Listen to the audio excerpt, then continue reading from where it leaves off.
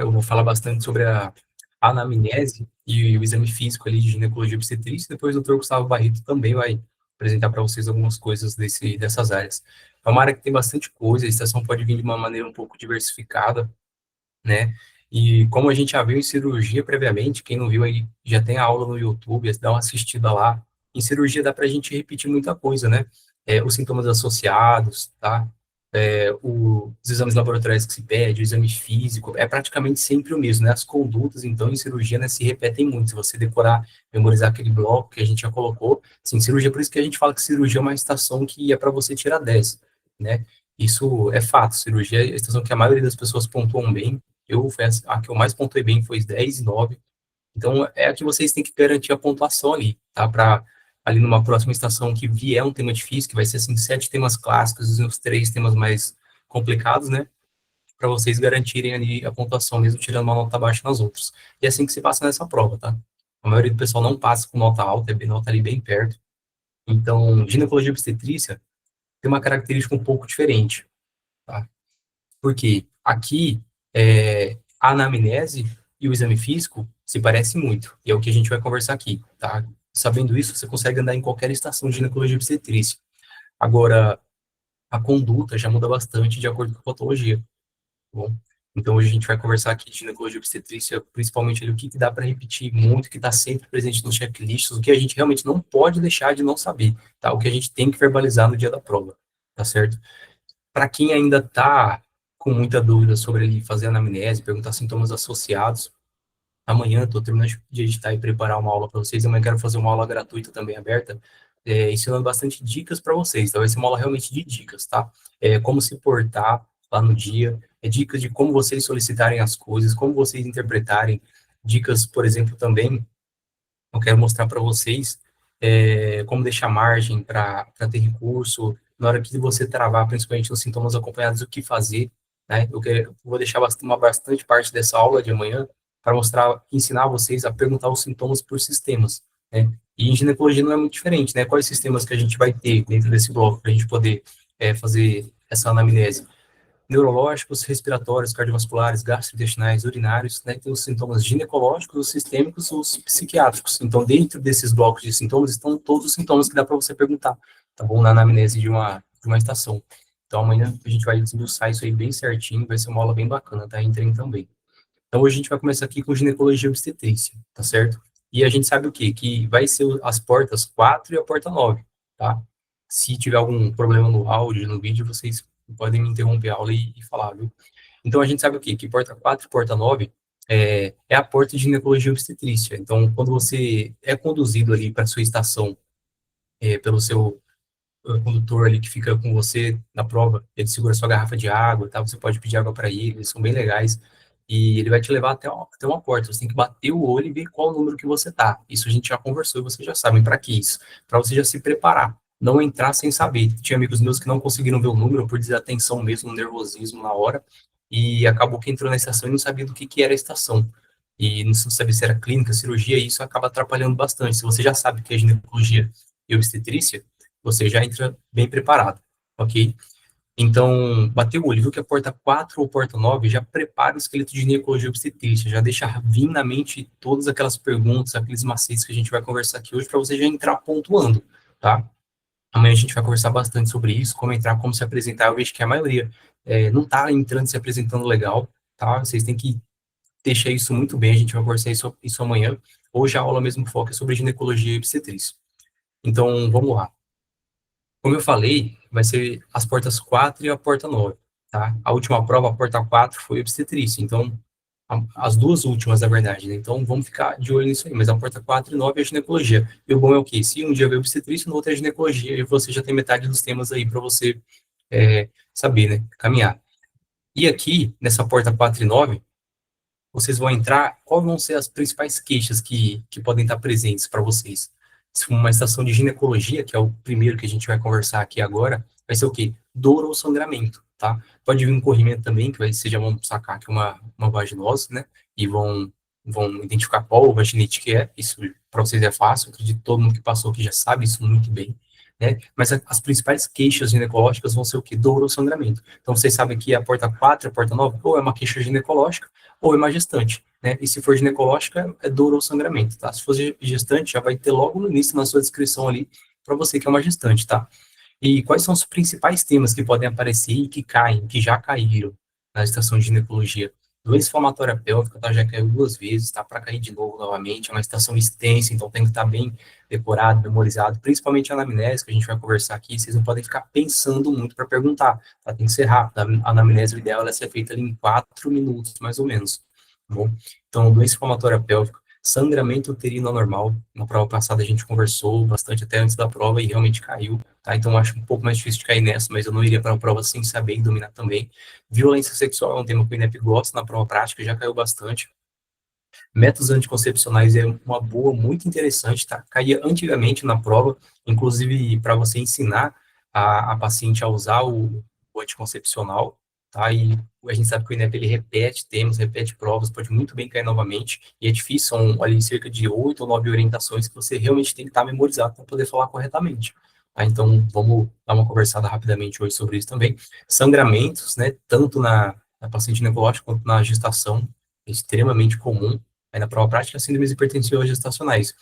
Para mim, esses são os temas que vocês têm que dominar mesmo, ali, tirar acima de 8, 9 nesses temas, antes de começar a estudar outros temas mais atípicos, tá bom? A gente vai conversar um pouquinho de tema atípico também hoje, aqui, mas nosso foco realmente vai ser os temas mais grosseiros, que caem na prova realmente, que não tem como ir sem saber, ok? Então, alguns pontos importantes na estação de ginecologia.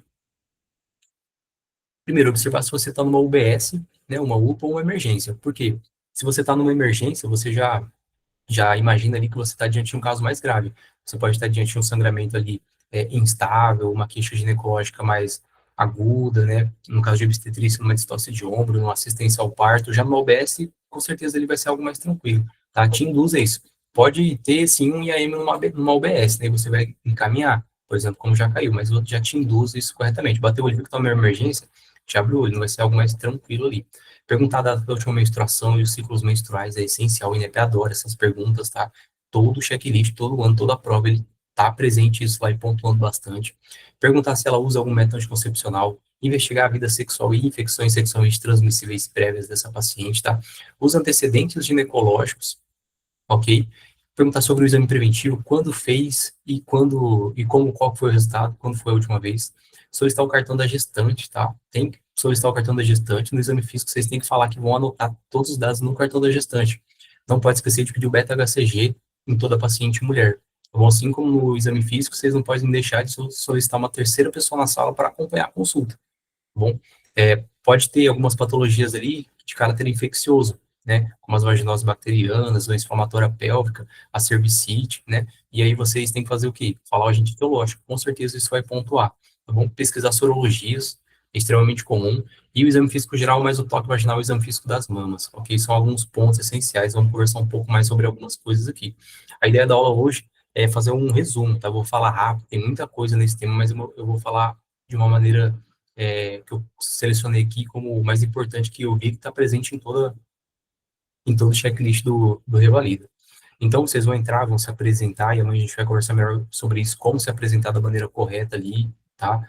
Como fazer, eu sei que tem algumas dúvidas ainda nisso, e vocês vão começar o esqueleto de vocês. Vão perguntar a queixa principal do paciente, ela vai te falar, ou vai ser uma dor abdominal ou pélvica, ou vai ser um sangramento, ou vai ser um corrimento, tá? Dificilmente a chance de ser algo fora disso é muito pequena. Então, por isso que são os sintomas que vocês têm que dominar totalmente. Tá? E se for um corrimento, né, nem sempre vai ser Alice e Fredusa. Dá para vocês se basearem no Alice e no Fredusa para perguntar a maioria, mas nem sempre vai ser. Vai ter sintomas que tem outra maneira de caracterizar eles. Tá? Corrimento, vão perguntar início, cor, cheiro, aspecto, se ele é aderido ou não, tá? Se ele tem prurido, se ele coça, se tem lesões genitais, linfonodos, vesículos. Isso é extremamente importante. Tá bom? Um sangramento, início, duração, cor, intensidade, aspecto, dor, quantos episódios teve, se cessou espontaneamente, pesquisar sinais de alarme, tontura, se a paciente teve, palidez, taquicardia, tá? Aqui tem outros sintomas também, e a gente tem, na mentoria, a gente tem um caderno de semiologia, com praticamente todos os sintomas ali, né, que pode vir, e como se caracteriza cada um. Se você está muito na dúvida ainda, e com medo nessa parte, não conseguindo conduzir essa caracterização dos sintomas ali, entre em contato com a gente depois, a gente tem bastante material interessante, tá?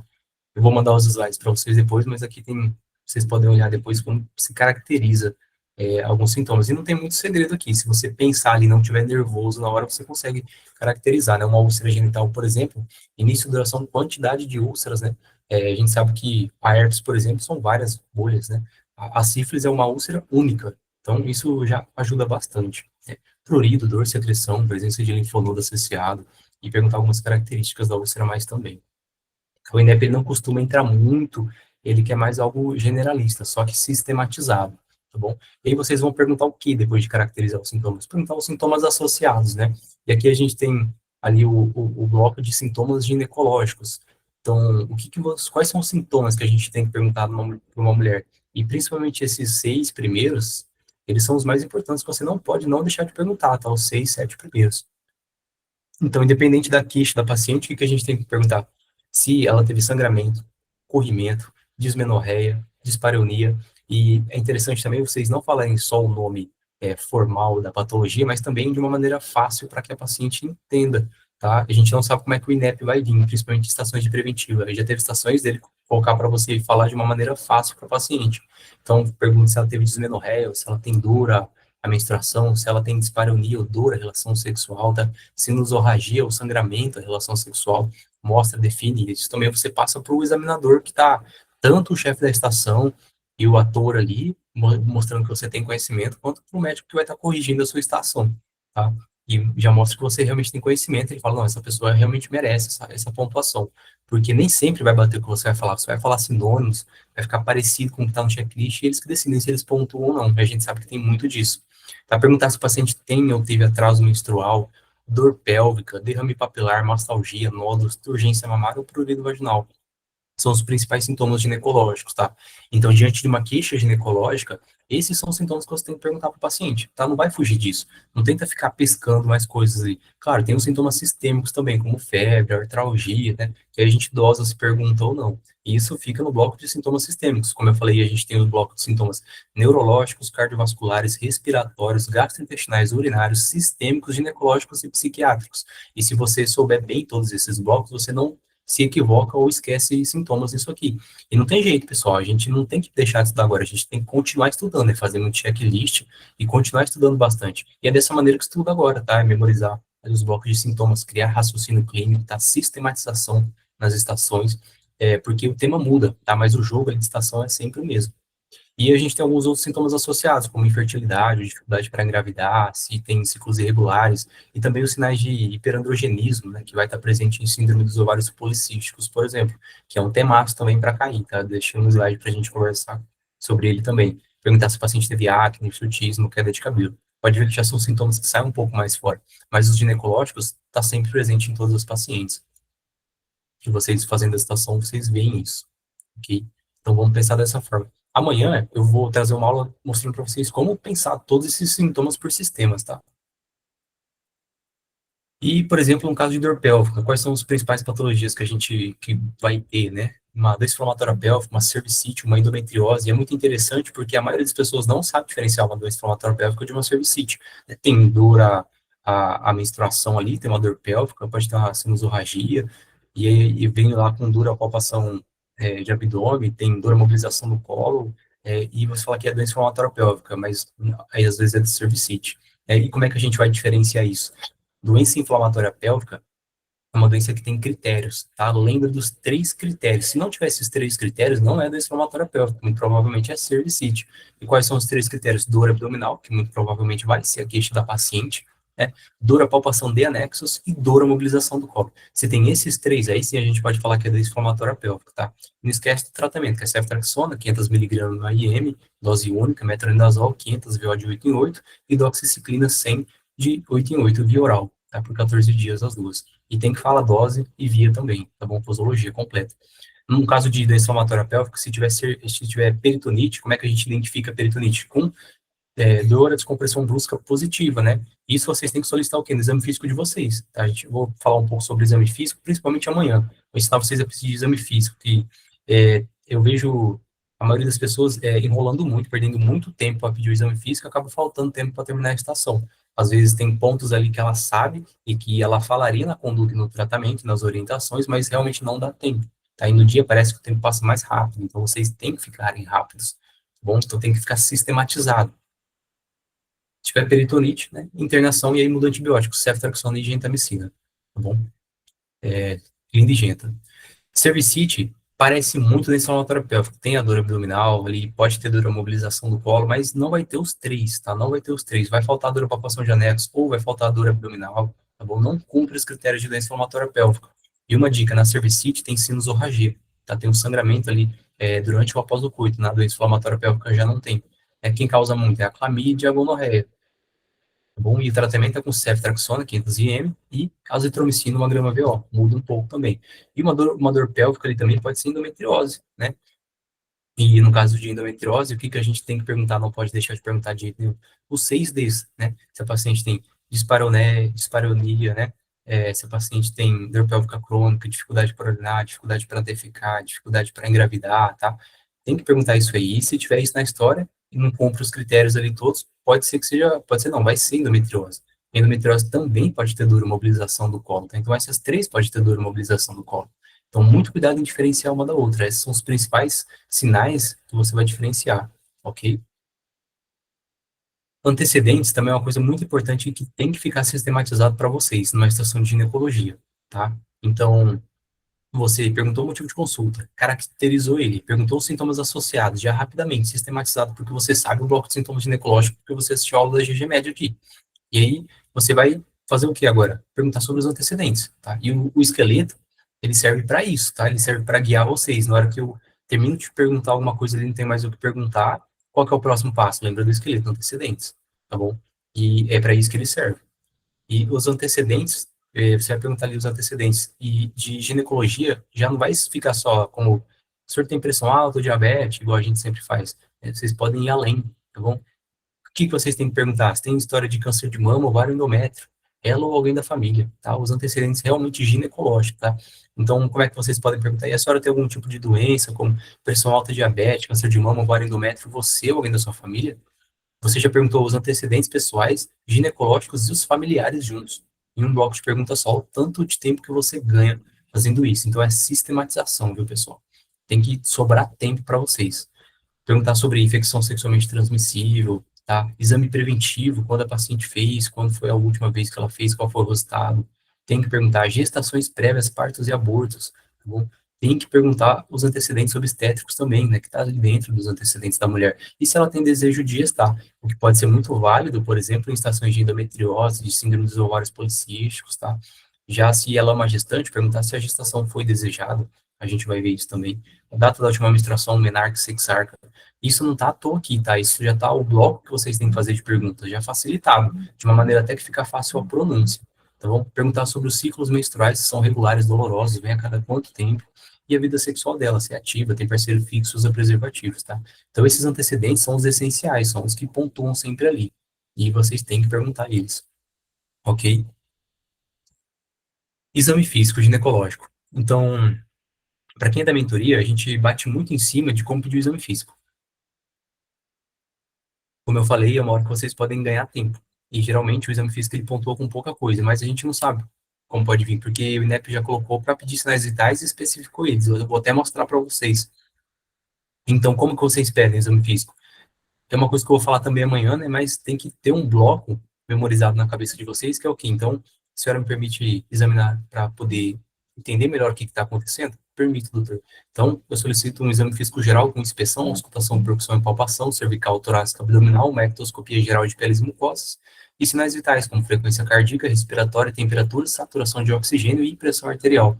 Tá? Então, aí você pediu tudo, pediu todos os sinais vitais, e vale a pena falar isso, né? Já veio a estação que veio cobrando sinais vitais, e valia bastante, quase um ponto, e você leva 10 segundos para falar os sinais vitais, então tem que ficar sistematizado isso também. E aí você vai pro além, né? Se é uma suspeita de apendicite, faz dor à descompressão brusca, ou se é uma dor abdominal, tá? Se é uma colecistite, pede para solicita a manobra ali no ponto de Murphy, tá? O sinal de Murphy.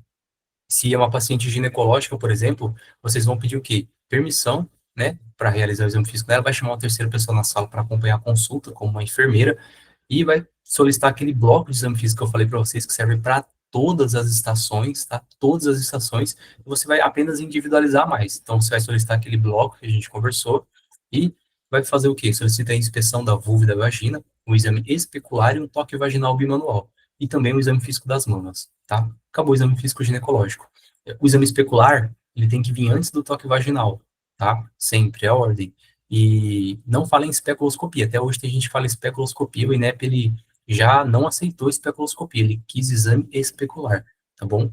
Então, exame físico é o quê? Aquele bloco que eu falei aqui, tem que estar memorizado, sistematizado, aplicar para todo mundo e sistematiza, individualiza. Se é uma suspeita de meningite, que é hernia Brudzinski. Agora, quem ginecologia é uma paciente mulher, inspeção da vulva, da vagina, exame especular, toque vaginal e manual e exame físico das mamas, tá?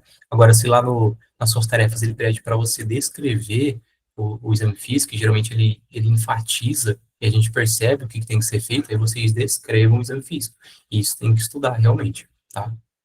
Tem até um slide aqui sobre isso. Nunca esqueçam de solicitar uma terceira pessoa na sala, quando a paciente for mulher e vocês forem fazer um exame físico, ok? Quem quiser dar uma olhadinha depois do exame físico aqui mais detalhado, tá? Não vou falar muito aqui hoje, porque a ideia é passar algo mais rápido, mais didático, e isso aqui é um estudo que vocês podem ter aí sozinhos depois, como fazer o passo a passo do exame físico das mamas, do exame especular, tá bom? E é bem interessante, e eu não iria para a prova sem saber. A gente tem algumas estações atípicas que podem vir em ginecologia, né? Como, por exemplo, síndrome dos ovários policísticos. Eu acho que é uma estação diferente, os sintomas da pergunta são diferentes, foge totalmente do esqueleto, e é onde que todo mundo trava, né? Para ter síndrome dos ovários policísticos, tem que ter os critérios de Rotterdam, que tem que ter pelo menos dois dos três. Lembrar que é um diagnóstico de descarte. A gente só vai falar que é síndrome dos ovários policísticos quando tem dois desses três critérios e a gente descartou outras causas, gestação, descartou hipotiroidismo, tá? Isso a gente descarta pedindo os exames, tá? Então, a paciente tem acne, bastante acne, ela tá com atraso menstrual ou a menstruação, o ciclo delas irregular, tá? Ou se ela tem mais de 20 folículos ali no ovário, é considerado um ovário policístico, tá? Então, se ela tem dois desses três critérios, ela encaixa em síndrome dos ovários policísticos. Então, o que a gente tem que fazer? Descartar outras causas, como gestação, doença da tireoide, hiperprolactinemia, hiperplasia adrenal congênita, tardia, tumores secretores e insuficiência ovariana primária. E como é que a gente descarta isso? Tem que memorizar, realmente, tá? Olha a lista de sintomas de exames aqui que a gente tem que pedir. E isso aqui é uma anotação de post-it. Vocês têm que pegar, anotar isso aqui, colocar na frente de vocês aqui e colar, e quando cair uma estação que tem que solicitar isso, ou qualquer estação ali que envolva algo hormonal, aí estão os exames hormonais, tá bom? Beta-HCG para descartar gravidez, TSH-FSH para descartar um hipotiroidismo, prolactina para descartar uma hiperprolactinemia, 17-hidroxiprogesterona para descartar ali a doença adrenal congênita, testosterona total, perfil metabólico e uma ultrassonografia transvaginal, tá bom? E se cair esses exames, cai valendo 2 pontos no INEP, que ele sabe que é onde que a maioria não vai pontuar, tá bom? Então, a anotação de post-it tem que ter essa anotação, tá? Vocês querem passar nessa prova? Então, tem que anotar isso aqui, tá? Vai que cai, né? E o tratamento é muito importante, né? Porque se ela tem desejo de gestar ou não, porque vai mudar o tratamento. Então, por isso que é importante fazer essa pergunta na anamnese. Principalmente uma estação de síndrome dos ovários policísticos, com certeza vai ter essa pergunta. Além de tratamento, primeira linha, nas orientações sempre vai ser o quê? Perda de peso, hábitos saudáveis, tá? Diminuir a ingestão de álcool, cessar o tabagismo, essas orientações Fala, doutor, tá travando.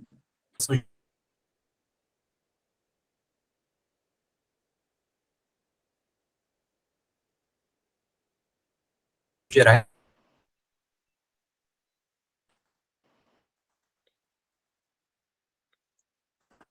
Doutor, tá travando. que valem concepcionais caída aqui. Acho que eu estou me ouvindo corretamente. Deu uma Melhorou o áudio. inconsistênciazinha, Gustavo. Tava dando já uma inconsistênciazinha e agora deu uma travada, sabe? Mas eu acho que a gente Isso. não perdeu o raciocínio, não. Estamos todo mundo aqui. Só reproduzir essa parte aí do tratamento. Voltou.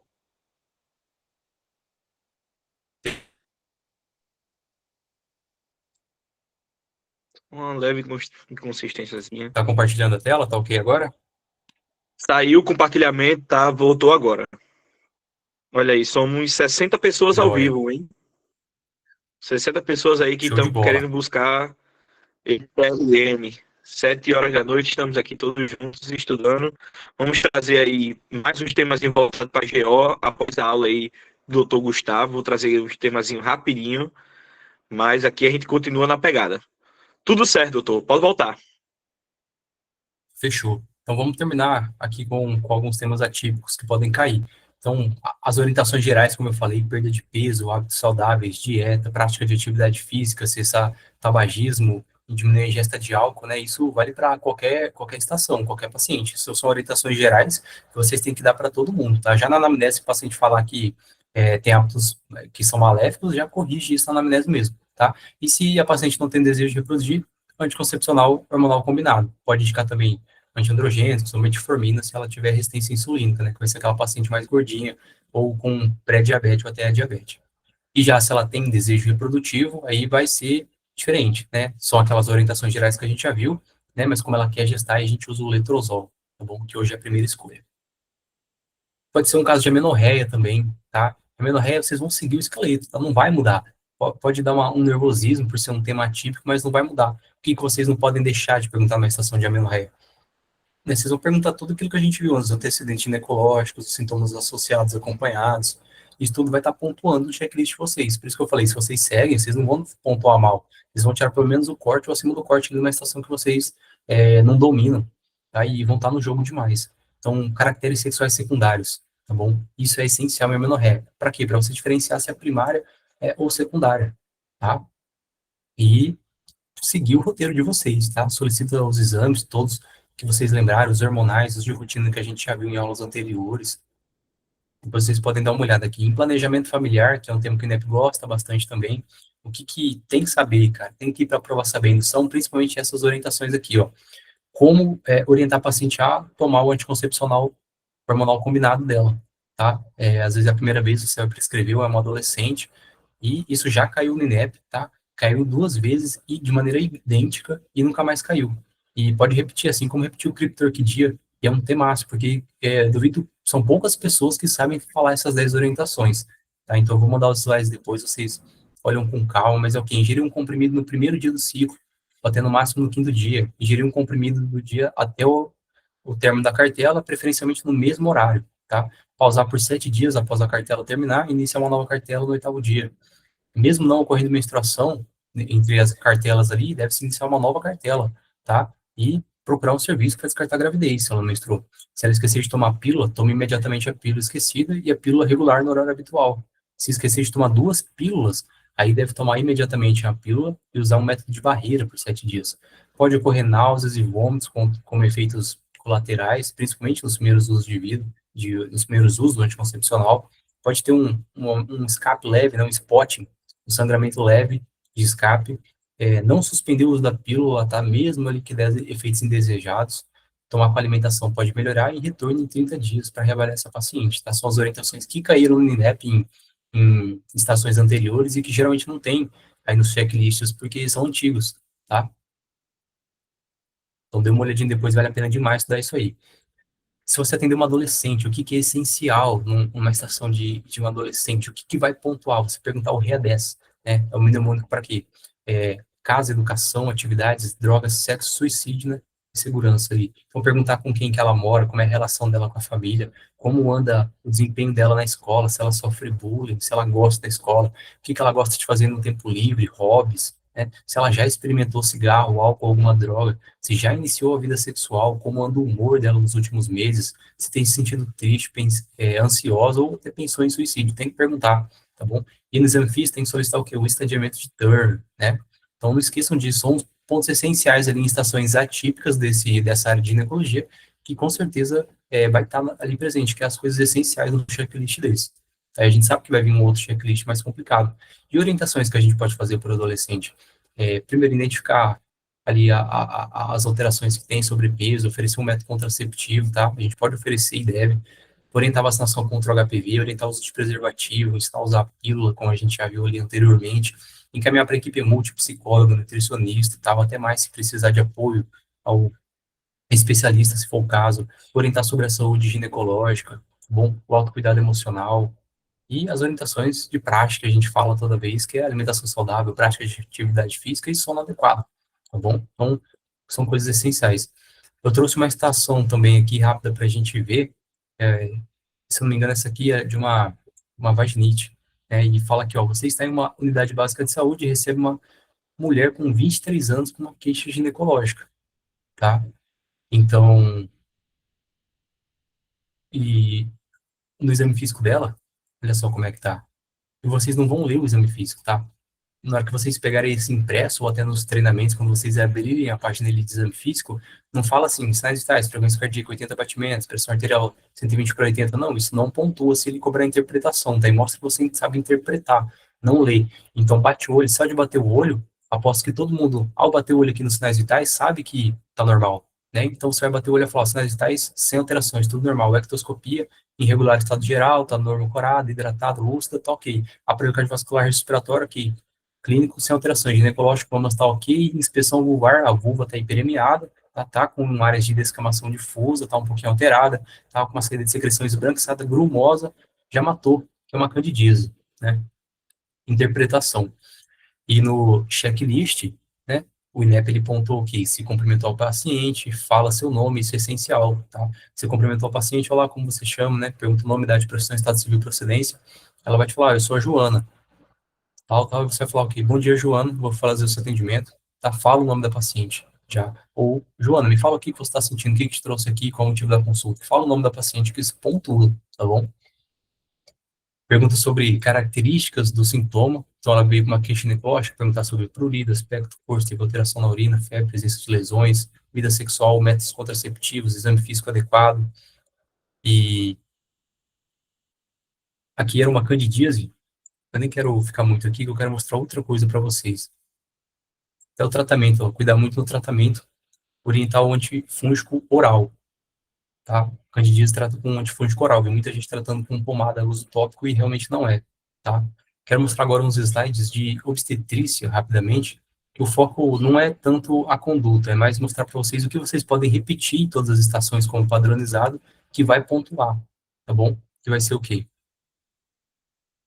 Portas 4 e 9, como a gente já conversou, quais são as principais queixas, os principais temas que podem aparecer de obstetrícia para vocês? Sangramento na gestação, INEP adora. Esse tema tá, síndromes hipertensivas gestacionais, gosta muito.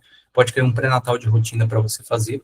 Ruptura prematura de membranas ovulares, temaço que pode cair, e é mais complicado. Sífilis gestacional, assistência ao parto. Tá? Esses são os principais temas que podem aparecer em obstetrícia. E você vai começar, geralmente vai ser na porta 4, obstetrícia, e vai perguntar o motivo de consulta, que em obstetrícia vai ser o quê? Vai ser uma gestante com sangramento, com síndrome hipertensiva, ou vai ser uma assistência ao parto, hemorragia pós-parto ou um pré-natal. Hemorragia pós-parto está em vermelho, porque é uma aposta. Tá? É um tema que não caiu ainda, é um dos top temas de obstetrícia que ainda não caiu, e que vai cair uma hora, tá bom? E já uma dica que eu vou dar para vocês é o seguinte: quando vocês começam a estação, em obstetrícia pode ter isso, por exemplo, em assistência ao parto, em distócia de ombro, hemorragia pós-parto, e o enfermeiro que fala com você, não é a paciente, é o doutor. Eu sou o enfermeiro Elton e vou ajudar você aqui nas condutas. Então você já se liga que o que é uma estação de emergência ali, tá? Vocês não tem que discorrer a anamnese, não tem que perder tempo com a anamnese, já tem que agir, tá? No máximo fazer perguntas essenciais, principais ali, sobre o que está acontecendo, há quanto tempo começou, tá? E já partir para, tá bom? Então não fiquem fazendo anamnese prolongada nesses casos. Sintomas de gravidez, tá? A gente pode perguntar e caracterizar e com certeza está presente, pontuou bastante, se tiver, que é o que? Náuseas, vômitos, turgência mamária, sensibilidade, alteração no humor, tontura, prurido, pode ter colestase gravídica, né? Sangramento, né? Se for a queixa, a gente já viu como é que caracteriza uma síndrome hipertensiva. O que a gente tem que perguntar se a paciente está com a pressão alta, a gente vê. Tem que perguntar se ela teve cefaleia, escotomas, fosfenas, epigastralgia, dispneia, tontura, convulsão. A perda de líquido também é muito importante perguntar para uma gestante. Sangramento e perda de líquido é essencial, tá? E essas aqui é um dos slides mais importantes da aula de obstetrícia, que é o quê? Perguntas essenciais em obstetrícia que estão no checklist, vocês não podem deixar de solicitar. Então, tira um print, tá? Anota no post-it, coloca perguntas essenciais em obstetrícia, anamnese, antecedentes. Tem que perguntar isso aqui, tá? Isso aqui com certeza pontua em toda estação de obstetrícia, que é o quê? Data da última menstruação, contrações uterinas, se ela teve, movimentos fetais, tá? Se ela tá percebendo o bebê mexer, o INEP já cobrou várias vezes isso, tá presente isso. Em obstetrícia é essencial, tá bom? se ela usava anticoncepcional previamente, se ela teve perda de líquido vaginal, tá? Se ela sofreu algum tipo de violência, principalmente se a queixa for uma dor, uma perda de líquido ou um sangramento, tá? Se ela fez consultas prévias de pré-natal e solicitar a caderneta da gestante. Bom, então, essas perguntas aqui são essenciais numa estação de obstetrícia. Tem que ter, tem que saber, porque a anamnese dela, a pontuação da anamnese de obstetrícia está baseada nisso aqui. Essas são as perguntas essenciais que vocês não podem deixar passar. Sintomas obstétricos, que a gente pode perguntar: fadiga, tonturas, lipotimia, edema, cefaleia, movimentos fetais, contrações, perda de líquido, sangramento vaginal, sensibilidade mamária, náuseas, vômitos, ganho de peso, tá? São todos sintomas obstétricos que vocês podem perguntar se fugir um pouco na hora para vocês. E o exame físico obstétrico? Aqui tem um pouquinho a mais, né? Então, diante de uma gestante, chegou na parte do exame físico, fala, dona Joana, para mim entender melhor o que está acontecendo com a senhora, preciso examiná-la. Tudo bem, a senhora me permite? Sim, doutor. Então, vou chamar uma terceira pessoa na sala, uma enfermeira, para acompanhar a consulta, vou lavar minhas mãos e eu solicito o exame físico geral, com inspeção, tudo aquilo que eu já conversei, aquele bloco que tem que estar memorizado e sistematizado para vocês falarem rapidamente, não ficar pescando pressão arterial, palpação de também não sei do que, não, tá bom? Tem que falar memorizado e vocês vão fazer o quê? Então, exame físico geral, memorizado, sistematizado, como a gente conversou. Exame físico ginecológico, tá? Que a gente já conversou também, inspeção da vulva e da vagina, exame especular, né? E o que a gente pede na gestante? Altura uterina, toque vaginal, manobras de Leopoldo e ausculta dos batimentos cardíacos fetais, tá? Esses quatro têm que estar presentes na sua solicitação de exame físico em qualquer gestante, tá bom? Então, também tire um print quem não tirou, tá? Memoriza o exame físico geral que a gente conversou, o ginecológico e esse. É uma coisa que tem que ficar memorizado para vocês e sistematizado demais, para vocês falarem rapidamente, tá? Em 30 segundos, solicita o exame físico e já interpreta ali. Não fiquem perdendo tempo. Fica 2, 3 minutos no exame físico, a solicitar e interpretar é muita coisa, tá bom? Aqui depois vocês podem olhar, que eu enviei para vocês, vou enviar depois na aula. Então, obstetrícia é principalmente isso, tá? O que eu quis trazer para vocês hoje? As coisas essenciais desse tema, que vocês não podem de jeito nenhum deixar de perguntar, tá bom? Tanto em ginecologia e obstetrícia, quanto tanto na anamnese quanto no exame físico, que é as coisas que podem repetir em todas as estações, tá? Tanto em estações de ginecologia, em qualquer tema, tanto em obstetrícia, vai ser a mesma coisa, a mesma dinâmica. O que vai mudar é o que? Vai ser a conduta, tá? A conduta, sim, vai mudar nos temas, porque realmente não é a mesma. Apenas as gerais, que vai ser a mesma, mas a anamnese e o exame físico vai ser a mesma para todo mundo, praticamente. São muito similares nessas estações, tá? E se vocês tiverem interesse em condutas, a gente tem um material na mentoria sobre cada tema, né, um checklist super completo, sobre como você se apresentar, anamnese, o que você não pode deixar de perguntar em tal tema, nesse caso, o que é endometriose. Vocês não podem deixar de perguntar nenhum aos 6D, tudo que está grifado, né, os antecedentes ginecológicos, vida sexual, tem todo escrito aqui super completo, tá?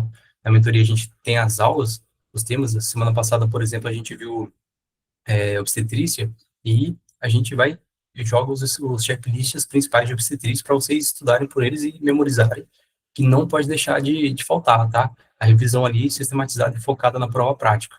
Laboratórios que você pede, exames, tudo aqui, orientações. Tá bom? Porque em ginecologia e obstetrícia o que vai mudar mesmo vai ser a conduta, tá bom? O restante parece muito tudo. Eu vou enviar esse de endometriose de hemorragia puerperal para vocês depois, hemorragia puerperal, porque é uma aposta minha, tá? Realmente é um tema que eu acho que tá para cair, e se cair é um tema um pouco mais complexo. E o que vocês vão fazer? Vão ler o checklist, vão aprender como é que vão conduzir, como é que vai solicitar o exame físico, as orientações, as condutas principais que vocês vão fazer, tá joia? Eu trouxe Show de alguns bola. checklists aqui, ó, como é que pontua? Na anamnese, ali nos sintomas, já perguntava sobre presença de movimentos fetais, solicitar o cartão da gestante, de pré-natal, né? Perguntar o histórico gestacional da paciente, solicitar o exame físico ginecológico. E olha só, frequência cardíaca, pressão arterial, né? Ectoscopia, ó, de mucosas, estática, posição, manobra de Leopoldo. Olha só a pontuação, frequência cardíaca fetal, exame especular. E essa prova aqui foi 2024.2, tá? Super recente, cobrando tudo isso.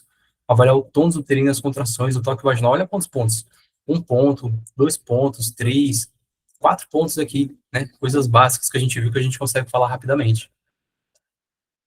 outro checklist do INEP, e já na segunda pontuação, perguntar o quê? Parcerias sexuais, data da última menstruação, se ela usa algum método anticoncepcional, se a gravidez foi planejada ou desejada, tem que perguntar, a gente viu e tem que perguntar mesmo, tá?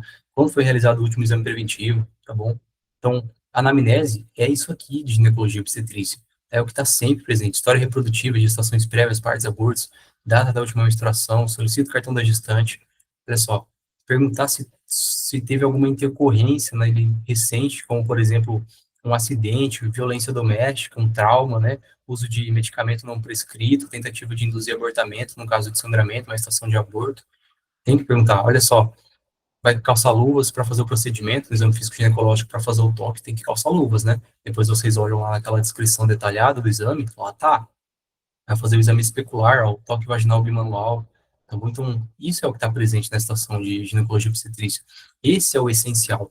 E o que falta, aqui já tem metade da estação do que a gente conversou. Se vocês memorizam e sistematizam isso muito bem e conseguem aplicar, tanto perguntar os sintomas por sistemas ali, saber os ginecológicos e os antecedentes que pontuam muito em ginecologia e obstetrícia, e são sempre os mesmos, tá? E deixar isso sistematizado de uma maneira rápida e fácil de falar. O exame físico também, tá? Você já tem metade da estação. E aí vocês só precisam fazer o quê? Dar o diagnóstico correto, que eu acredito que não é uma dificuldade tão grande, e ter as orientações e a conduta ali principal, que talvez seja a parte que pega mais e que a gente deixa de pontuar, tá? E se você quiser aprender as condutas, as orientações, quiser melhorar o checklist de vocês, a gente ainda tem vaga na mentoria, tá? Essa vai ser a última semana que a gente vai receber aluno, a gente vai fechar depois para poder dar atenção totalmente lá. E lá a gente vai, tem tantas aulas teóricas, tá? A mentoria só vai acabar na hora que a gente vê todos os temas, tá? Vocês não vão terminar a mentoria sem saber todos os temas, todos os macetes de todas as áreas, sem saber procedimentos, tá bom?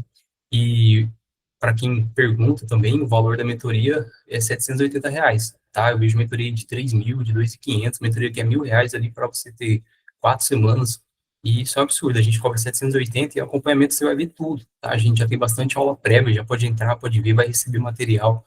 Após as aulas tem o checklist dos temas, tá? Principalmente como eu mostrei para vocês, de endometriose aqui, eu estou na dúvida da conduta de endometriose. Você vai chegar no material nosso e vai olhar a conduta aqui e vai fazer, tá? Vai estudar por aqui, tá bom? Então, quem tiver interesse, depois pode mandar mensagem para a gente. Hoje eu vou falar com todo mundo. E o Dr. Gustavo vai conversar um pouco com vocês agora sobre algum... Depois de uma aula completa dessa sua, Gustavo, estava observando aqui, se os alunos se basear só nessa aula gratuita que a gente trouxe aqui hoje e seguir o passo a passo, ele garante aí seus 6, 7 pontos na estação.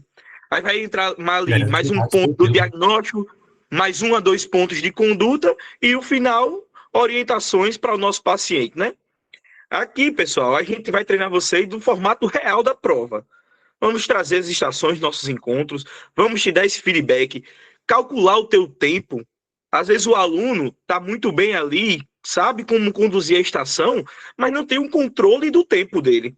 Aí acaba se perdendo. Então, todo o conteúdo que ele tem acaba não sendo transmitido por não ter uma gestão aí do tempo. Tá certo? Então, a nossa mentoria, a gente é focado também nisso, tá certo? Fora o raciocínio clínico do aluno, a gente também treina o seu tempo, porque a gente sabe que o tempo é essencial. São 10 minutos lá, pessoal, que na hora que toca a buzina, a sirene, a gente entra na sala e parece que o tempo voa. A gente pisca o olho e já está indo para outra porta. Pessoal, vou trazer aqui dois teminhas bem tranquilos da ginecologia e obstetrícia, certo? Principalmente aqui no enfoque na obstetrícia, certo? E dentro desses dois temas, tem só um plus entre eles aí, que a gente vai dar uma leve pincelada aqui hoje, tá certo? Vou compartilhar a tela, espero que todos vejam aí, não tenhamos intercorrência aí na internet. Está abrindo. Nos treinamentos que a gente tem na mentoria, pessoal, que são 2 encontros por semana, o feedback é justamente isso, ver, ó, tá se apresentando mal, melhora, faz isso aqui, tá perguntando sintomas ali, não tá em bloco, coloca em bloco, pensa por sistemas, tá fazendo anamnese muito longa, vai ter que diminuir um pouco essa anamnese, o exame físico tá picado, a gente ajusta todos esses parâmetros aí para vocês, tá? Vocês vão sair ali finos e afiadíssimos. Perfeito. Todos conseguem ver aí, né, o slide? Tá ok. falar aqui, Gustavo, hoje com eles, de um tema muito bom, um tema que pode estar aparecendo na prova deles, e é um tema que pode pegar muito aluno se não souber como desenvolver o raciocínio e a conduta na estação, certo? O que vamos ver hoje, pessoal? Checklist de pré-natal. Imagina aí, toca a sirene, você está de frente à porta de obstetrícia e você entra na sala. Chega uma paciente para você, você lê suas instruções, se apresenta e a paciente olha para você e fala: doutor, minha menstruação está atrasada.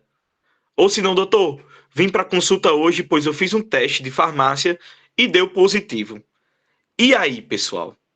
O que fazer? Começou nossa estação ali, o tempo está correndo. Então, primeiramente, a gente se apresenta, pergunta ao paciente o motivo da consulta, né? Pergunta idade, ocupação, estado civil, procedência. Pergunta à paciente qual era o motivo principal, é a queixa dela. E ela vai te dizer exatamente isso que eu comentei contigo. Então, o que a gente vai fazer, pessoal? Primeiro passo, investigar sobre a gravidez. Desde quando está suspeitando, quando foi a data da última menstruação, se os ciclos menstruais eram regulares antes de parar a menstruação, se ela realizou o teste de gravidez, qual foi o teste? Foi de farmácia, foi um teste, um exame de sangue? Olha aqui, pessoal, pergunta essencial. Essa gravidez é desejada? Porque a partir daí pode-se desenvolver uma consulta de uma gravidez não desejada, de um estupro. Então, tudo isso a gente tem que estar perguntando diante da nossa abertura de um pré-natal. Investigar intercorrências na gestação. Se a paciente tem dor pélvica, se teve febre, náuseas, vômitos, sintomas muito típicos, né, da gestação, cansaço, alteração do apetite, alteração do humor, diurese, alteração na diurese, polaciúria, temos que perguntar isso para o nosso paciente. Alterações na evacuação, se o sono está regular, se está normal, se piorou, se aumentou. Se houve aumentos do seio, a gente sabe, a rede venosa de Haller, né? Sinal de presunção de gravidez, a gente percebe no exame físico da nossa gestante, já isso. Se teve sangramentos aí para a gente afastar, se pode estar havendo um possível aborto, se tem cólicas, dor de cabeça, cloasma. Então, pessoal, percebe, vamos iniciar a nossa consulta investigando sobre essa gestação. Tem checklists que podem trazer para a gente como o quê? Como calcular a idade gestacional, tá certo? A gente soma os dias a partir da data da última menstruação até a data atual e divide por 7.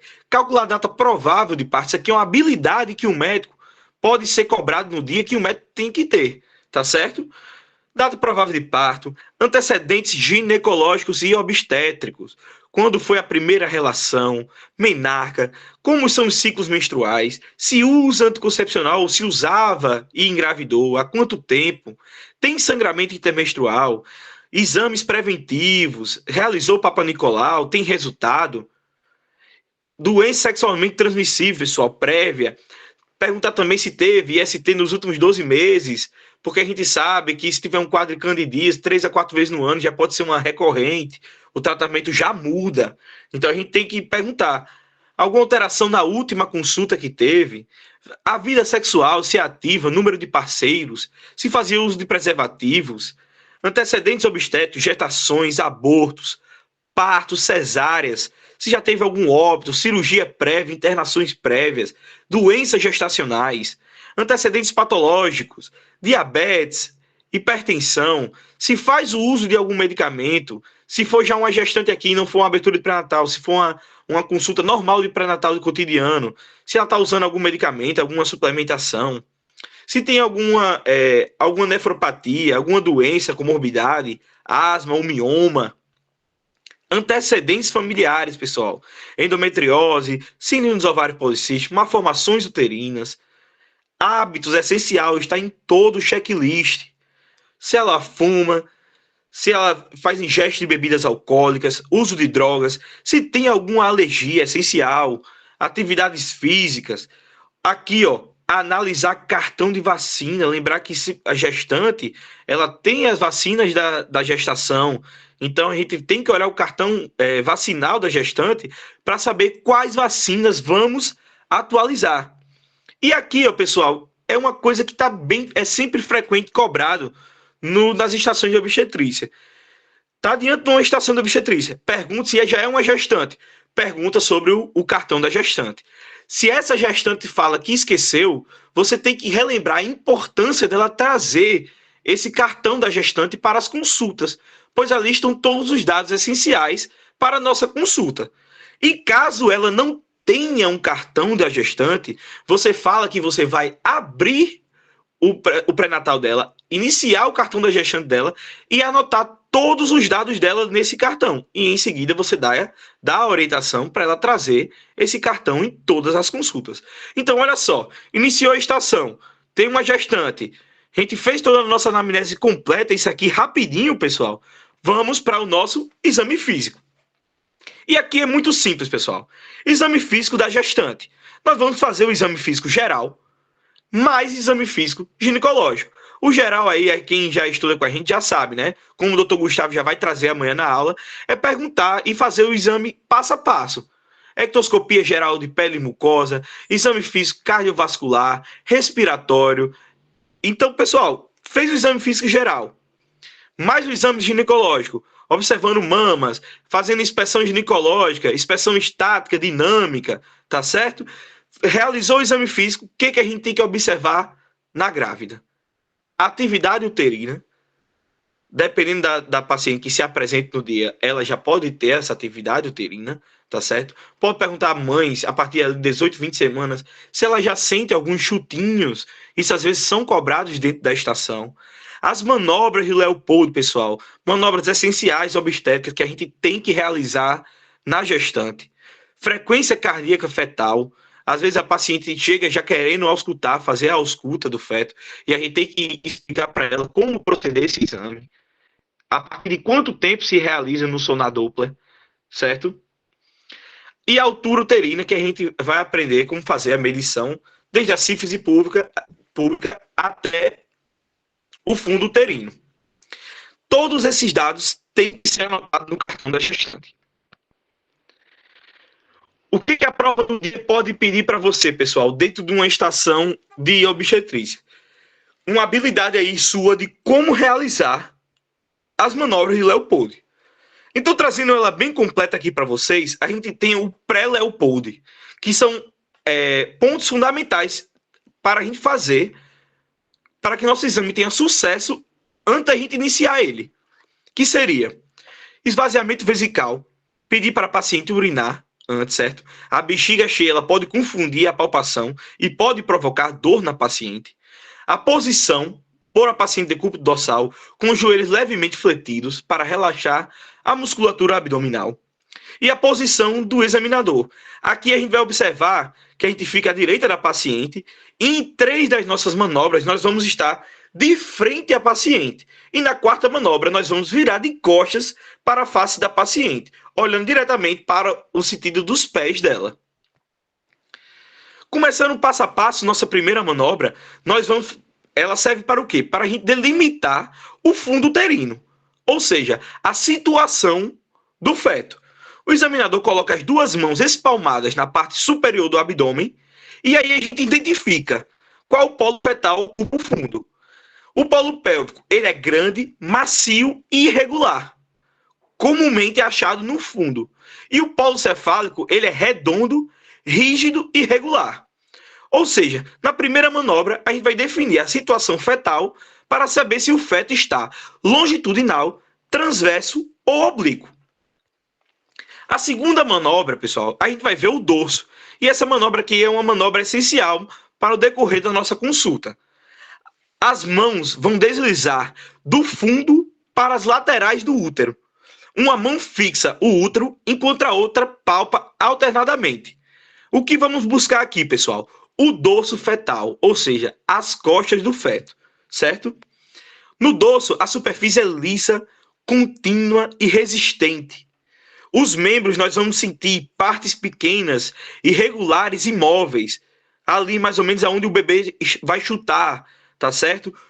Aqui a gente vai definir a posição fetal, se o dorso está à esquerda ou à direita.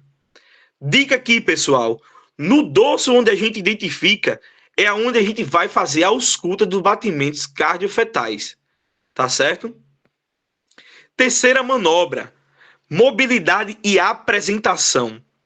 Aqui o examinador, essa aqui, pessoal, é a manobra, é a típica manobra de Leopold, é o terceiro tento.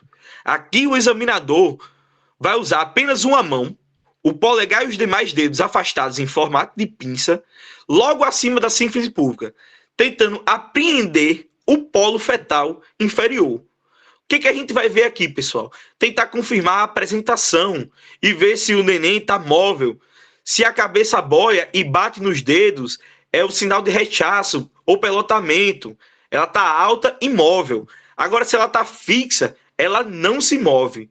Aqui, pessoal, a gente vai confirmar a apresentação fetal, se ela é cefálica ou pélvica e dar a sua mobilidade. E, por último, a quarta manobra de Leopold, certo? Aqui, pessoal, eu tenho um mnemônico que eu criei na época que eu estudava, porque toda vez que eu associava a palavra Leopold, eu lembrava de um espanhol. E em Espanha, em inglês, é Spain. Então, se você perceber, os tentos seguem exatamente essa ordem. O S de situação, o P de posição, o A de apresentação e o IN, que seria o encaixe, eu botei de insinuado. Então, quem gosta de dicas aí, de macetes para lembrar o exame, sugiro aí dar uma olhada nesse mnemônico aí que a gente trouxe, tá certo? E por último, pessoal, vamos ver o quê? A insinuação. O feto está insinuado? Aqui o examinador vai ficar de costas para a face da paciente, olhando para os pés, como havíamos dito. Com as pontas dos dedos de ambas as mãos, vamos pressionar a região da sínfise púbica, tentando aprofundar a pelve. Vamos ver aqui o grau de penetração na pelve. Olha aqui, ó, a dica. Se as mãos convergem e tocam os dedos facilmente abaixo do polo fetal, a cabeça está alta, ou seja, não está encaixado.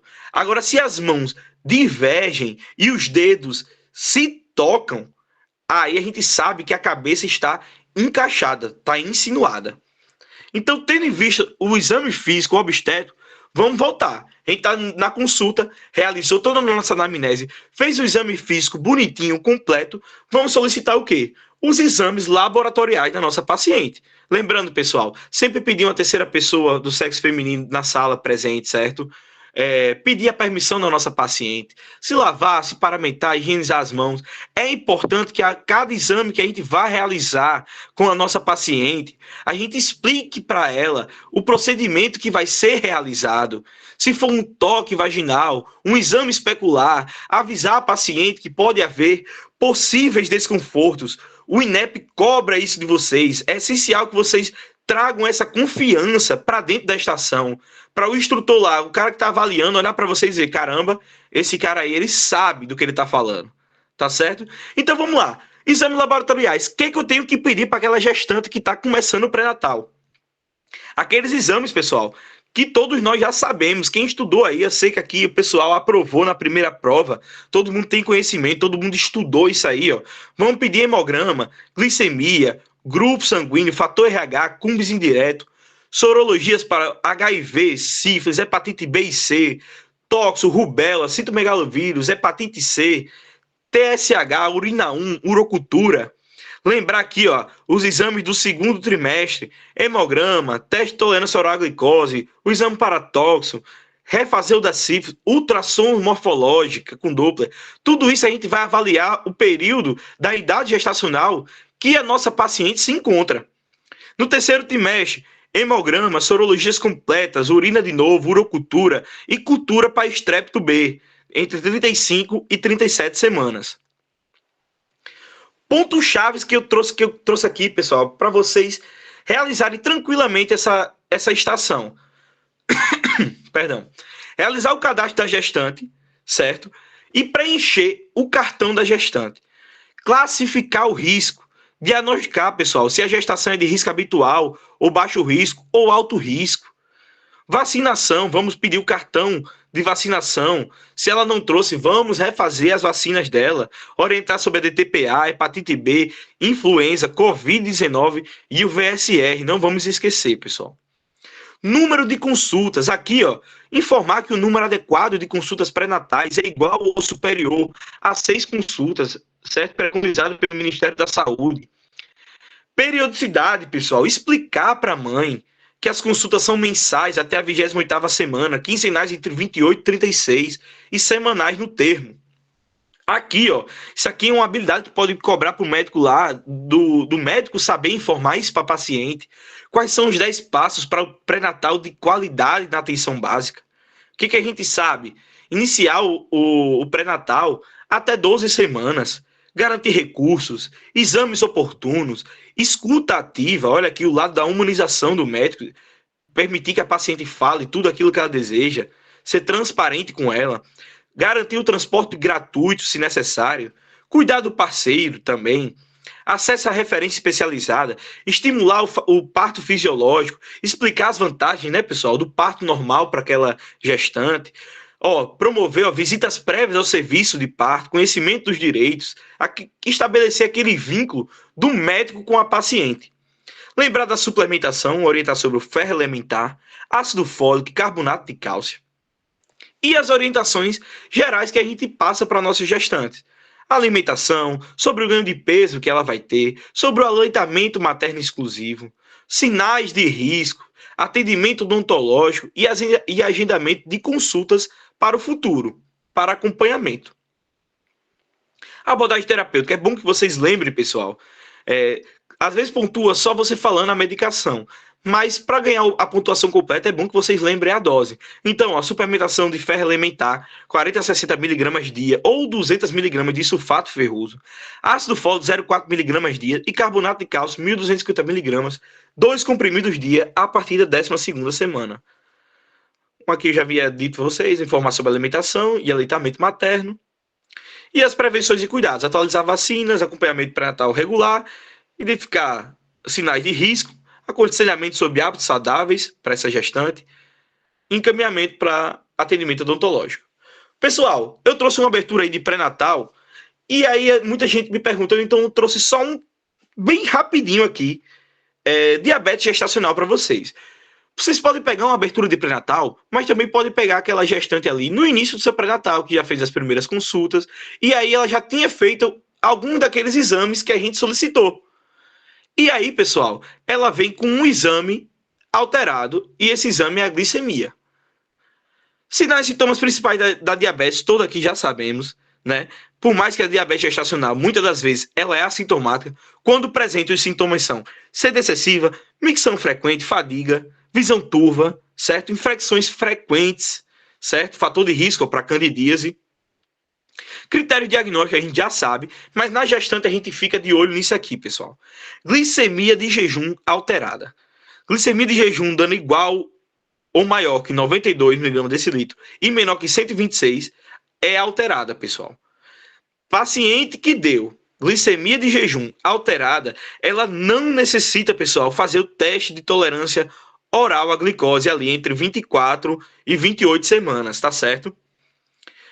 Em jejum igual a 92, teste de tolerância oral à glicose, né? Quando a gente vai trazer ali entre as 24 semanas para a gestante, na gestante que deu normal no seu primeiro exame de glicemia em jejum, a gente tem que ficar de olho no horário de jejum, da primeira hora e da segunda hora.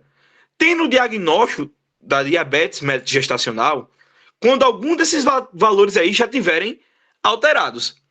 E a gente pode classificar essa diabetes, pessoal, rapidamente em leve, moderada e grave. A gente sabe que aquela paciente que tem aquela diabetes leve, a gente vai começar primeiro o quê? As medidas dietéticas, né? A gente vai pedir uma dieta adequada para a paciente, exercício, e vamos ter que pedir para elas medirem o valor da glicemia. Pelo menos aí 4 medições diárias e trazer aí em 2 semanas para a gente avaliar. Se essa paciente já tem uma diabetes mais severa ali, valores bem alterados, que a gente percebe que a paciente não possa seguir um estilo de vida saudável, a gente já entra com a medicação aí, que é a insulina. Lembrando que a gente não vai utilizar hipoglicemiantes orais nas gestantes, certo? Então, diabetes mellitus, fácil de identificar, pessoal. O exame vai vir alterado aí. A gente vai dar continuidade na nossa consulta. Lembrar de fazer a anamnese, fazer o exame físico e aí a gente dá as orientações e condutas para a nossa paciente. Abordagem terapêutica, plano alimentar individualizado, orientação com nutricionista, focado em fibras e proteínas, restrição de açúcares, certo? Atividade física, monitorização glicêmica e insulinoterapia. Prevenções e cuidados, já foi falado aqui. A gestante deve realizar o rastreio ali entre 24 e 28 semanas, certo?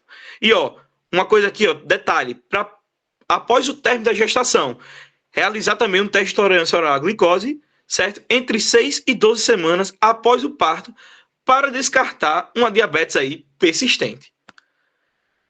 Pessoal, e agora eu trouxe uma abertura de pré-natal e para a gente finalizar, um tema aqui rapidinho, que muita gente também tem dúvida, seria o quê? A assistência ao trabalho de parto. A gente viu o quê? A abertura do pré-natal, como seguir ali o pré-natal da paciente, vai vir exame alterado, a gente inicia as condutas para aquilo, orientações para determinada situação da paciente, mas se ela segue um trabalho de parto tranquilo, um pré-natal tranquilo, ela pode chegar assim no teu consultório. Se for um caso de assistência de trabalho de parto, você vai estar no seu consultório, vai ler a sua instrução e vai estar lá dizendo: paciente chega com tantas semanas gestacionais, ou às vezes não está a idade gestacional, você tem que perguntar na sua consulta, certo?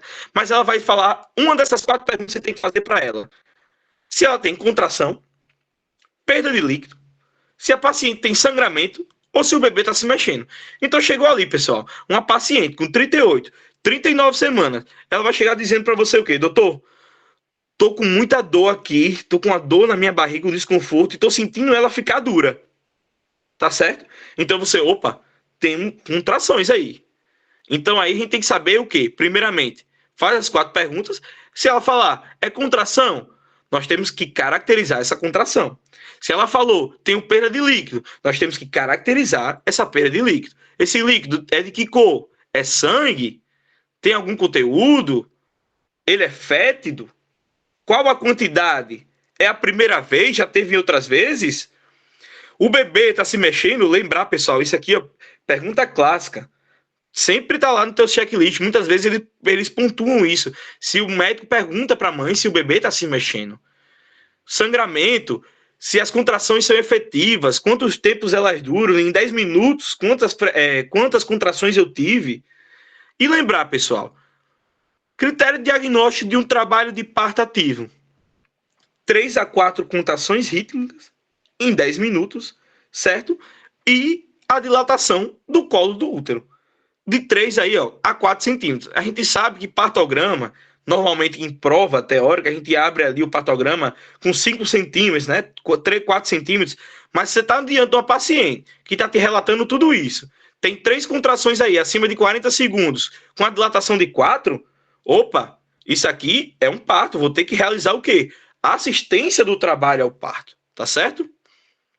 Então vamos lá.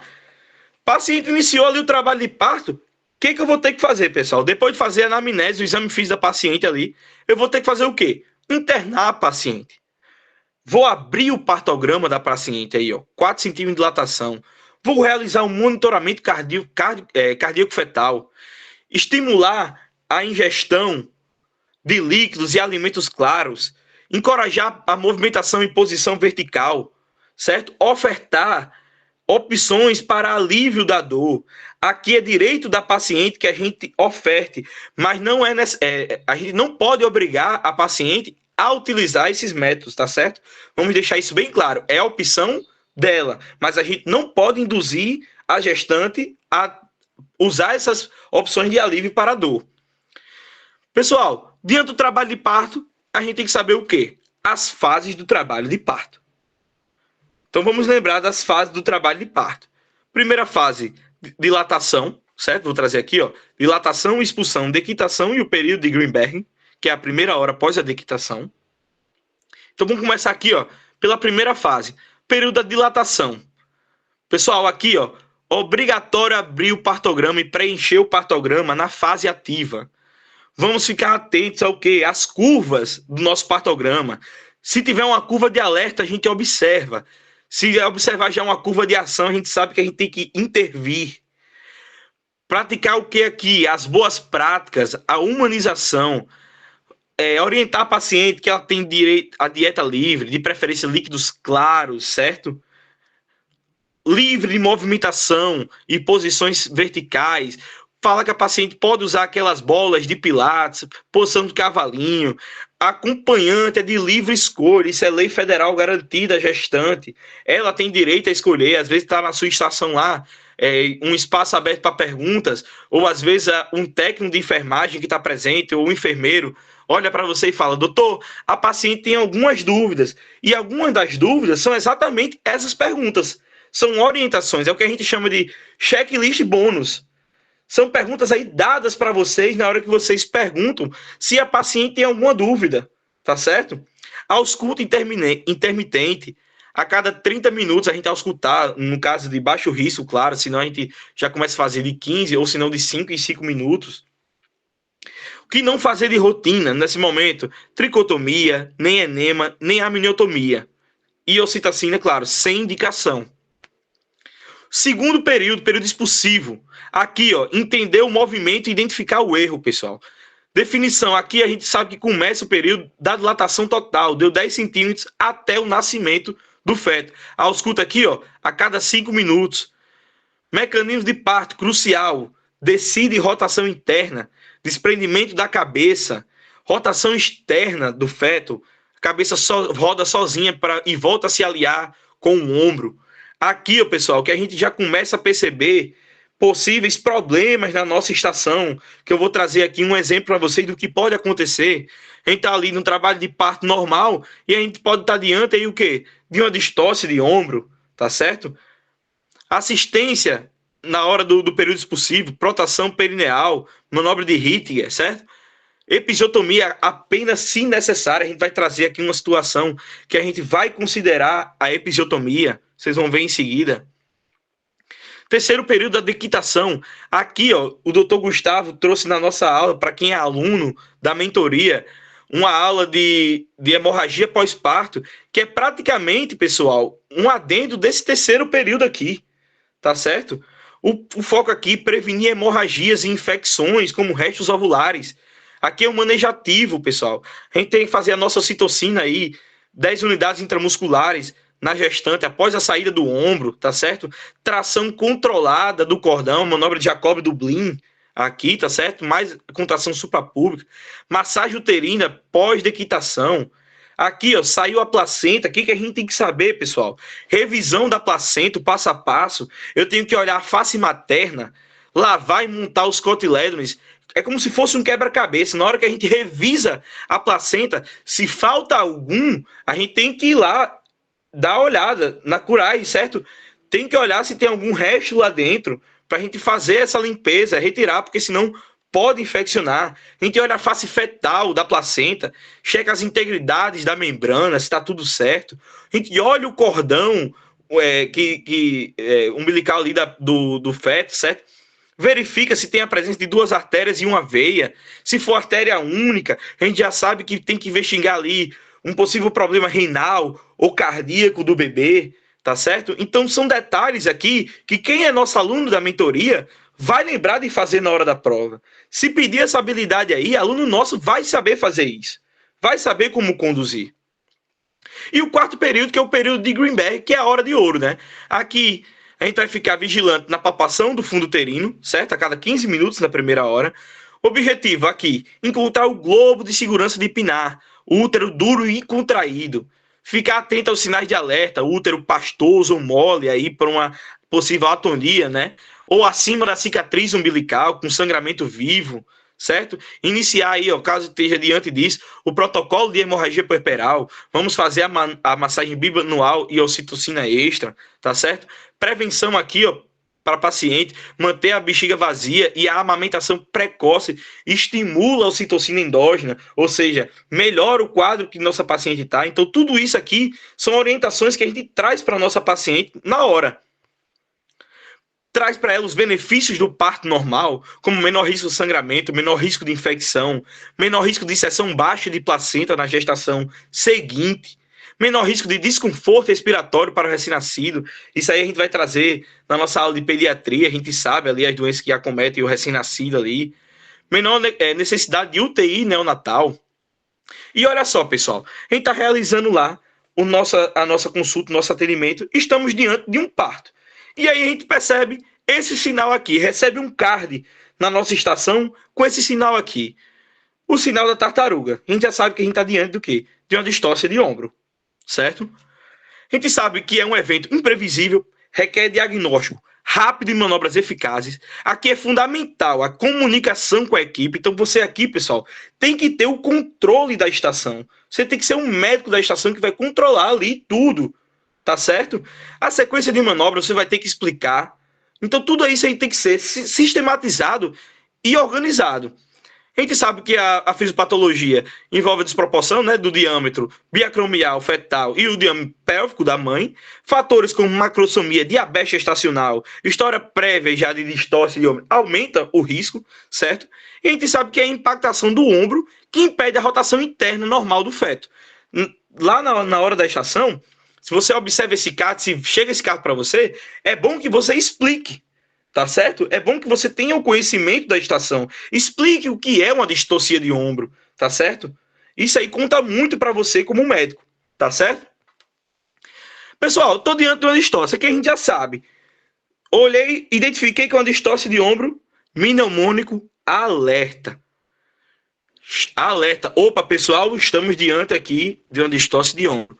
Vou chamar ajuda. Preciso de ajuda da equipe. Primeiro passo, levantar as pernas, manobra de McRoberts.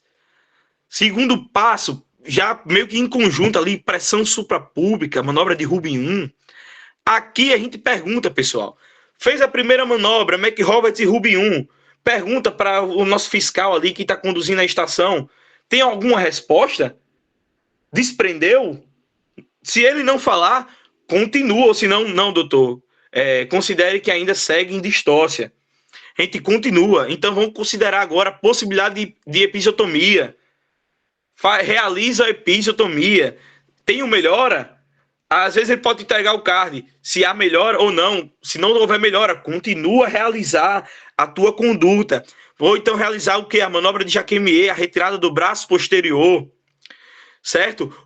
O toque, manobras internas aqui de Woods, tá certo? Rubin 2. E, por último, alterar a posição da nossa paciente e pôr ela em manobra de Gaskin. E também a gente sabe que existe a manobra de Zavanelli, né? Que a gente recoloca o feto para dentro, certo? O bebê para dentro e realiza cesárea. Mas raramente o INEP vai fazer com que a estação chegue até esse ponto, tá certo? Então, aqui eu trouxe as manobras explicando o passo a passo. O aluno nosso da mentoria vai saber como realizar isso aqui. Vai estar na cabeça já, está diante de uma distócia, vai saber como conduzir tranquilamente a estação e garantir ali seus 8, 9, 10 pontos na estação. Olha só, pessoal, trouxe as manobras, certo? E por último, aqui o que muita gente tem dúvida, e doutor, após o nascimento? Aí eu trouxe aqui uma pequena estação que cobrava só algumas coisas após o nascimento, certo? Que seria o quê? A administração da ocitocina materna, informar que será realizado aqui na estação o clampeamento tardio, ou seja, um bebê não tinha problema nenhum, clampeamento tardio.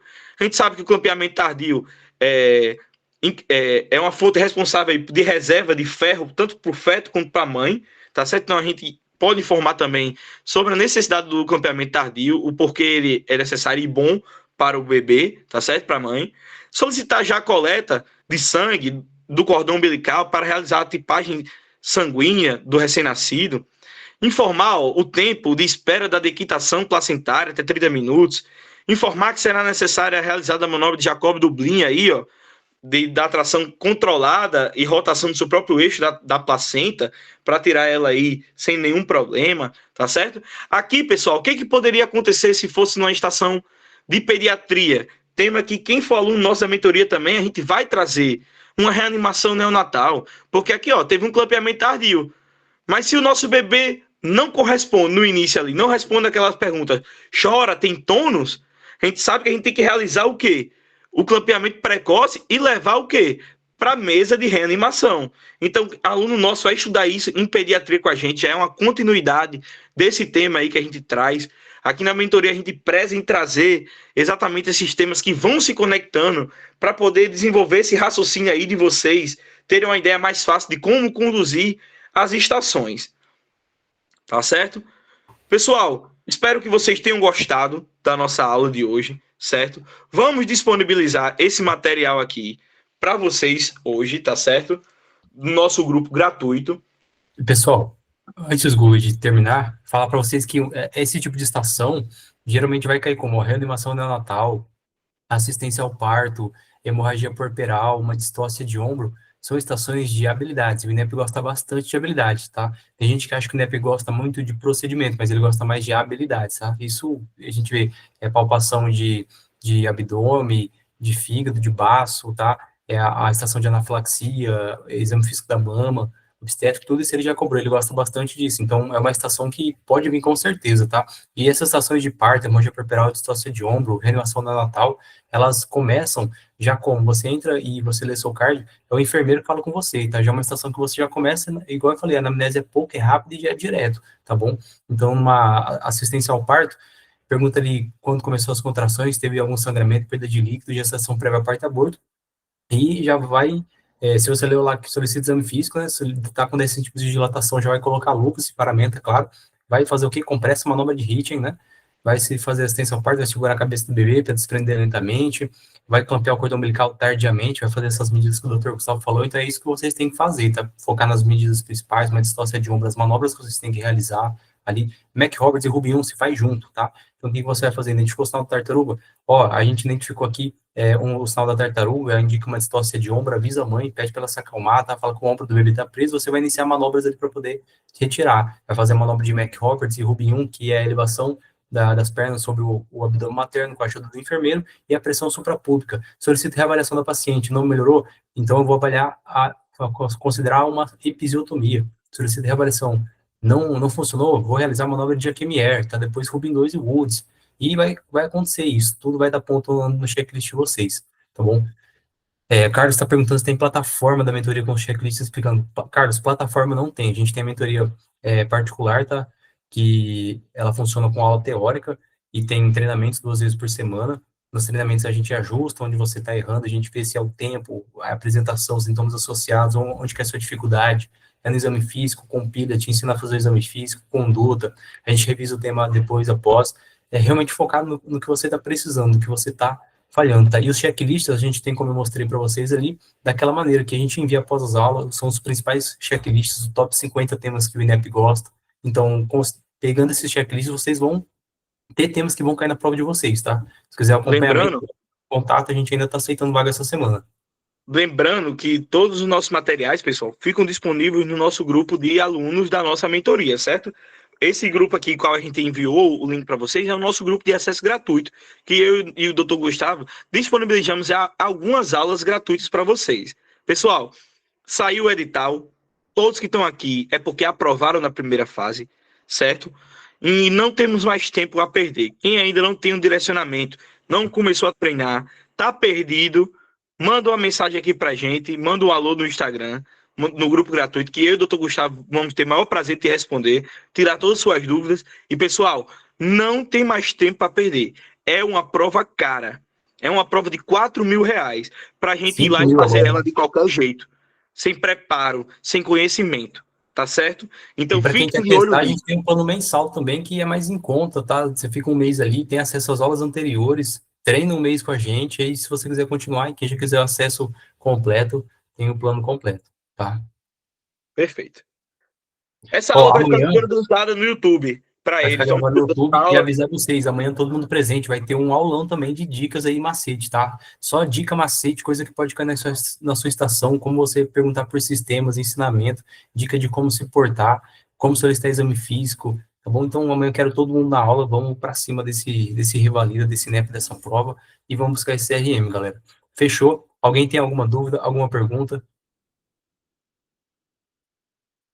Obrigado quem participou da aula, espero que vocês tenham bons estudos essa semana, viu? Quer falar alguma coisa, doutor? Tudo certo. Tudo certo. Então, Boa noite, pessoal. Bons estudos. E tamo junto. o link do grupo gratuito está no chat. Tá? Foi Perfeito, enviado ali perfeito. corretamente. Vou ver se eu vou enviar novamente. Quem quiser, quem ainda não está no grupo, entra no grupo gratuito lá. Vou enviar os slides na aula, ok? E também o checklist. Boa noite, pessoal.